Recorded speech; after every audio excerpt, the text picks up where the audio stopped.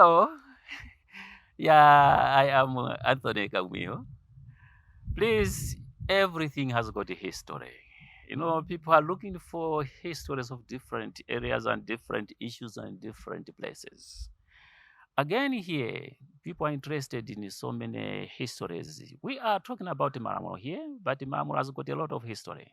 But now we have just one attention of Maramuro Choir. When we say Maramuro Choir, let me say it clearly. Don't confuse this Maramuro Hospital Choir. There are two groups. Maramuro Hospital Choir is a different story that started in 1994. But Maramuro Choir, we are talking about a choir that was mainly encompassed by students of Maramuro Secondary School and Maramuro Primary School. Ever since Maramuro has been there has been a choir singing. However, there was a year when there was an organized choir known as Maramuro Choir, and that choir was conducted mainly by Pastor Moyo. Pastor Moyo started working at the Maramuro Secondary School as a principal in 1974. That year, he was just coming in from Philippines, where he was doing his school. When he came, he organized himself and organized some students to start singing. But I want you to understand something. When he started organizing this singing group, after some months, people realized something. They had a talent in their midst. So the children were singing, and they were singing in a way that it was difficult for someone to realize these are just Malawians. I'm challenging you. Because what he did was to bring a piano. There was a piano in the church. That piano was very good, and the one who was playing the piano was his own children. The firstborn child, Esther Moyo, now is in America, and the lastborn, the one who was singing, and when they are playing the piano, they were going together with the singing. But what I want to say is this. After realizing that the choir now can perform, there were government organizations conducted by the president himself. We're talking about late Hastings Kamuzu Banda. This one was having always occasions where choirs were coming to sing. But one year, 1976, the Maramuro Choir was called to go and sing at the Kwaja Conference Center. There were several choirs there. So as they were singing, it was clear that Maramuro had the upper hand. Since that year, Kamuzu declared that now Maramuro Choir is a national choir. Since that year, whenever there's a function that requires a choir to sing, a church choir to sing, Maramuro was the one being called. And by 1978, it was now clear that every function, it was manned by the people up there. What do I mean? Shoes, trousers, blazers, dresses, skirts, blouses, whatsoever, they were supplied by the government. So that when the students are going to sing there, they just put everything was just quite new. If it happens like that, those are yours. The following year, it's going to be another set of clothes. Now, I came here in 1981 just to join the group. It's when I joined the group because I liked singing. Even today, I like singing, but at that time, I like singing. That's now when I want to talk about the Maramuro Choir, what it was. This choir, every year, they were recruiting people. The time I came, it was just starting in October. When I joined, there were 158 students who joined the choir, but he wanted only 56 people. He had to trim. So there was always a way of trimming, so that when he teaches a song, you were asked, all of you, to stand and start singing. Then he was able to spot someone who is having a problem. The people who are singing okay, they were told to sit down. And the ones he thinks are having problems were told to stand up and to sing. If you're having a problem, still, you are going on the bench and observe, listen, watch what your friends are doing. By the end of 1 month, he was able to help people. And let me tell you, that first year I joined the choir in 1981, by December end, we were only 56 people. He started now dealing with these 56 people. And the practice itself is a story of its own. Because we were doing mission work here. There was no way a choir member could do mission work. Because at the time your friends are doing mission work, you are busy singing. He was now able to pick voices. It's okay. This voice, you want to sing bass, but you cannot sing bass, go to tenor. This voice, you want to sing tenor, but you cannot sing tenor, go here. You want to sing soprano, but you cannot sing soprano, go here. Because singing together with the piano was not as easy. So he was able now to pick voices to say, okay, you can sing together with the piano. It is when I was called in January 1982 to say, we have spotted your voice, and that was Pastor Moy himself. It was a directive. He just brought me books and said, here, song books, go and start memorizing these books. So that when the piano is playing, it to be you and the piano only. The rest of the choir is silent. It was a tough time for me. It wasn't easy. So, what was happening here is, if people do not know, choir was in their own world.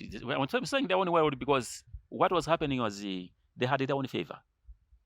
I'm saying they did not take part in mission work, number one. Number two, if time of singing is there was eating. When I'm saying eating, we are talking about cakes, we are talking about cinnamons. Let Mr. Juma there at Annex, he was the one hired to prepare cakes, to prepare cinnamons, to prepare what? And it was a special meal always. And whatsoever. If it means bread was always buttered. You could not eat bread without butter. Bread, that whatever. He could see that all of us here are able to do that. But now let's come back now to work itself. When it comes to singing, it's not the way people think. We were starting practicing 7 p.m. and usually up to 1 a.m. That's singing. Get my word. And that is now towards the time of the function. If now the function is near, the last 2 weeks, it was that singing from 7, it was all practicing, 100-something songs every day practicing. Out of that, he was now able to pinpoint which type of songs to go and sing there. By 2 weeks, he was able to say, we can sing this song, we can sing this song before the people. And then, if you sing from 7 up to 9 o'clock, break, tea, cocoa. You start singing again after 30 minutes, another 2 hours, up to 11. Break. You eat again, you go back, start singing again. Somewhere to 1 past 1, you go back to sleep. Tired and exhausted. But let me tell you, it had rewards. It had consequences. We were able to sing without, even if you are absent-minded, the voice was just coming. You're singing without what? You just find yourself singing without problems. And you could sing this. But where is my voice coming from? And at the end of it all, you say now comes another phase. And that phase now is practicing in Branda. So they were sending a bus, a very special bus, to pick students here, to pick choir members here up. So we are leaving about 7 a.m. Left at 7 a.m. And after leaving at 7 a.m., you go there by 9 o'clock, you are seated, practicing. and you were practicing the whole morning up to somewhere 1 o'clock. By the time you leave that place, you are also exhausted. But lunch, it was Mount Soch.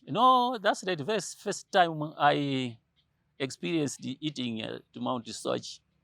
And it wasn't easy going there. It wasn't easy, get my word. That's the first time I started eating jambo that could fill the whole plate from end to end. I said, what's this now? But we were there as students, but with a special mission, because now God was being praised. And we could do that practice for the whole week, and then say, practice ends today, Friday.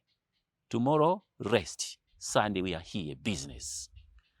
Now, we were leaving this place 6 a.m. By 7, we must be in town, seated. It means now, if there are visitors, we were having presidents from other countries, Zambia, whatsoever, Tanzania, Kenya. They were coming just to grace the function. But you see, when you are there, you have to behave, because you are risking also your school. We were sitting just close to where HE was sitting, and you make sure you are behaving. The behavior that was there and the discipline that was there, I've never seen that discipline. Pastor Moyo was able to discipline students. There was no way a student could do any nonsense. We were moving from the hostel there online, 2 lines. Primary starting, secondary Form 1, Form 2, Form 3, Form 4, until you enter the church. From the church is when now you can disperse. But in the church, every person had to go to his own or her own place. If you are not there, definitely. But when you come now to what we are talking about singing, make sure that you are disciplined enough. And I want to tell you, when you are singing, everyone was able to appreciate. If we can have a recording of some of those songs, you get how the voices were coming up, you could easily understand. Now, Pastor Moyo dealt with that choir up to 1984. 1984, he left, joined the union there. Then the choir was remaining in the hands of Mr. Tombozi. Mr. Tombozi is the one now who took over from Pastor Moyo, and he was being helped by Mr. Njenga. He's now Dr. Njenga. He's in South Africa now. But it all went on and on, so people were changing, and then there came Pastor Majirika, who has been moving the choir, and then different people have been coming throughout. Today, I am not sure yet, but I will tell you the reason why in those days. It's because they were matured people. Today, you have Form 1 students who are barely 10 years, 11 years. But in those days, when you are starting Form 1, it's either you are 15, 16 years. And you had boys who could sing bass who were in their 20s. So in all aspects, what we are now trying to say here is, because at the time we were having matured people, behavior was quite good. And because of that, that choir still stands today as one of the best choirs that has ever existed in Malawi. Thank you very much, sir.